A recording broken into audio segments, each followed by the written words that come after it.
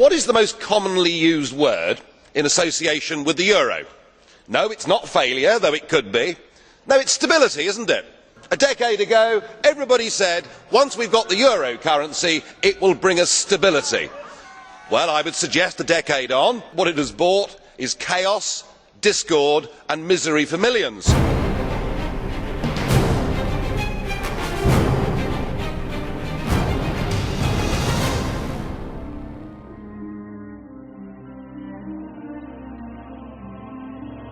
What's happened in the last week marks the beginning of the end. The markets are saying it already. Italian government bonds now yield 1% more than German or French issued government bonds. The markets are saying that economic and monetary union will not last. And I'm not surprised, because it never was an optimal currency zone. One interest rate could never fit all these different countries, and you've never had proper public support. The eurozone has never been tested, but it's about to be. Spain's in economic trouble. Italy, as German economists at the time said, should never have joined the euro. But the situation in Greece, I think, is where we should focus our attention. Thousands of young people out on the streets demonstrating, demanding their government does something. But the Greek government is stuck inside the euro straitjacket. There's nothing they can do. There's nothing a future general election can do in Greece to change anything. And when people have taken away from them the ability through the ballot box to determine their own futures, then I'm afraid that violence becomes the only logical alternative. What you've done with this euro is you have trapped people in an economic prison. You've trapped people in a Volkerkerker from which to get out. It will take great courage, it will take leadership, or possibly the inevitable economic meltdown. And jeer on if you like, but have you noticed that on the bond markets this morning, Greek bonds are trading 233 basis points higher than German bonds? Now, I know that most of you in this room won't even know what that means, and those that do will do your best to ignore it. You can go on if you want, burying your heads in the sand. You can ignore the markets if you want to, but in time the markets will not ignore you.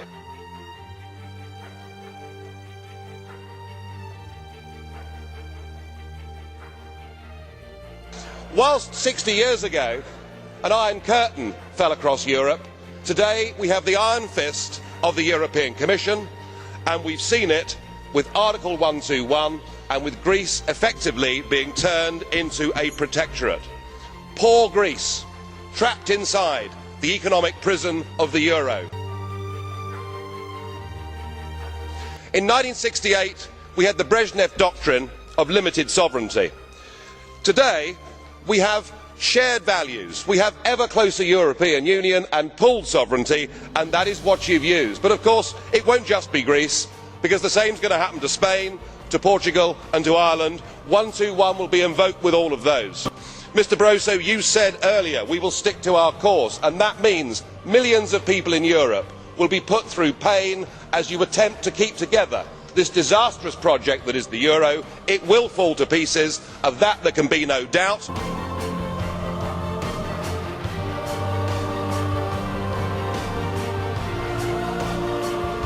And now we have the situation in Ireland. Now, I know that the stupidity and greed of Irish politicians has a lot to do with this.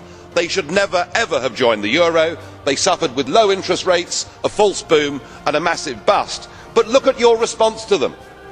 What they're being told, as their government's collapsing, is that it would be inappropriate for them to have a general election. In fact, Commissioner Rehn here said they had to agree their budget first before they'd be allowed to have a general election. Just who the hell do you think you people are?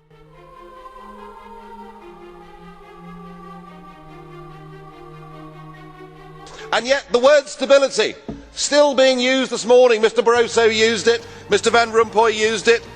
Stability. In fact, we're patting ourselves on the back that the bond auctions in Portugal went well last week, when the reality is it was the European Central Bank actually using taxpayers' money to buy their own debt. Your reassurances that all is well don't work. I mean, who do you think you're kidding, Mr Van Rompuy? Bond yields in Portugal rose to nearly 7% yesterday. The public right across the Union no longer support the currency, and the battle for Spain hasn't even begun. The model itself is failing, and yet what you want is to double the size of the bailout fund.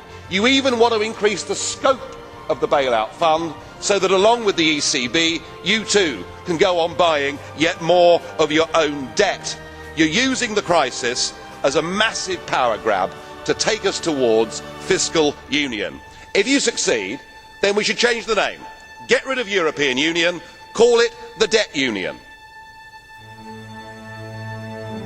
You are very, very dangerous people indeed. Your obsession with creating this Euro state means that you're happy to destroy democracy. You appear to be happy for millions and millions of people to be unemployed and to be poor. Untold millions must suffer so that your Euro dream can continue. Well, it won't work, because it's Portugal next. With their debt levels of 325% of GDP, they're the next ones on the list, and after that I suspect it'll be Spain. And the bailout for Spain would be 7 times the size of Ireland, and at that moment all of the bailout money has gone. There won't be any more. But it's even more serious than economics, because if you rob people of their identity, if you rob them of their democracy, then all they are left with is nationalism and violence. I can only hope and pray that the Euro project is destroyed by the markets before that really happens. Now, what you should be discussing at your summit on Friday is Portugal, because after the bailouts in Greece and Ireland, it's pretty obvious the markets are sending you all a message. Come in, number 3, your time is up. Portuguese bond yields on Monday hit 7.6%. You know that yourself. It was only at 7%, of course, when it got there that Ireland had to be bailed out. We've also got, in April, a massive rollover of Portuguese debt, another 20 billion that has to be rolled over.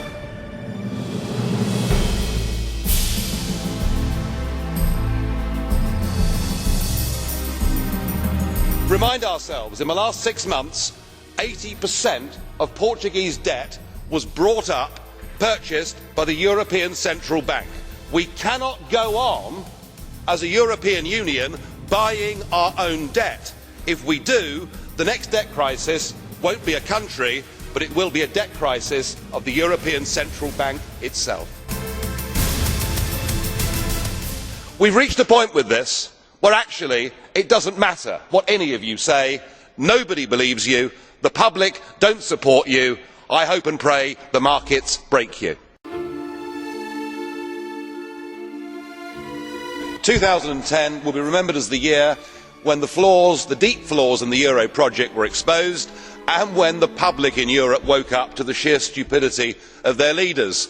And so here we have another summit, another crisis, confidence in the euro ebbing by the week. It's like watching a slow motion car crash. And now you want a permanent bailout mechanism. But I think the last week's going to prove to be the watershed moment for this entire European project. You see, the only way to stop countries acting in their own national interest is to take that power away from them, to form a Treasury Department there in Frankfurt that has power over tax and power over government spending. And indeed, I've heard some of the EU extremists this afternoon effectively call for that. But you've come back to us today, and now with the approval of Mr Sarkozy and Angela Merkel, you're the head of a new economic government for 500 million people. And you've launched your 10-year plan, your wish list. And I just wonder, have you remembered what happened to the last 10-year plan that was launched in 2000?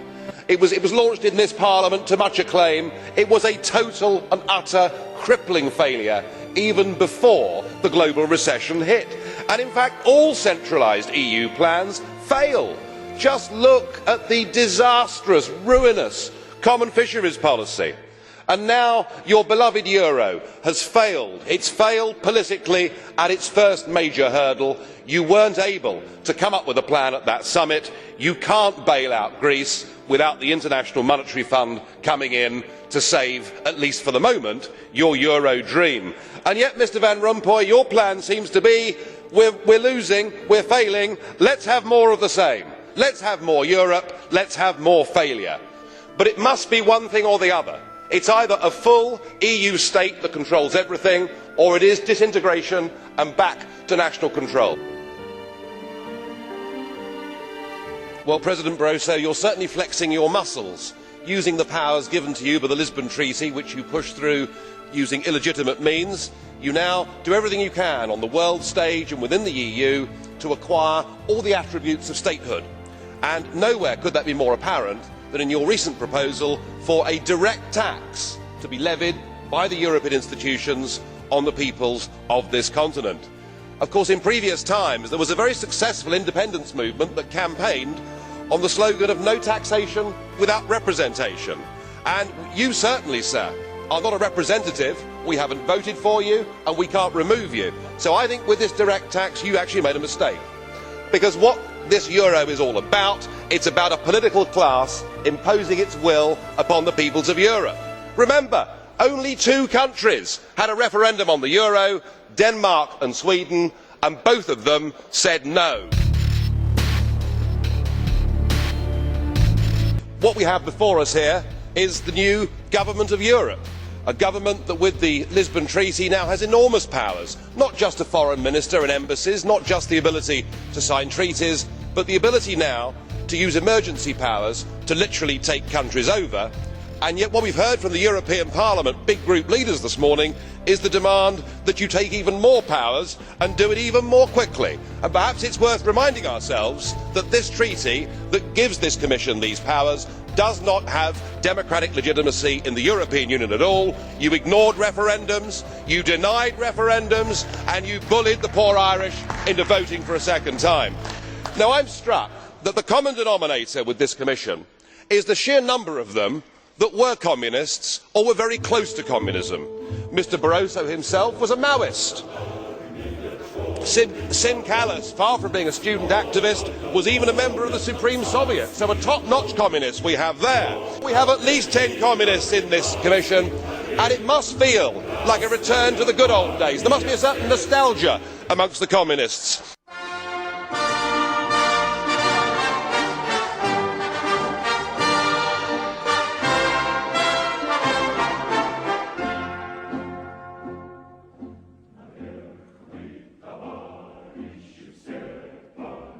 Do enjoy the 10th birthday of the euro, because I very much doubt you'll be celebrating the 20th.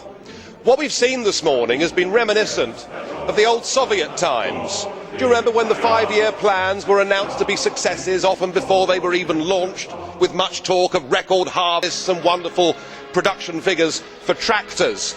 And I suppose, much like those days, we've been treated this morning to a succession of unelected, ageing bureaucrats telling us what a great success the whole thing's been.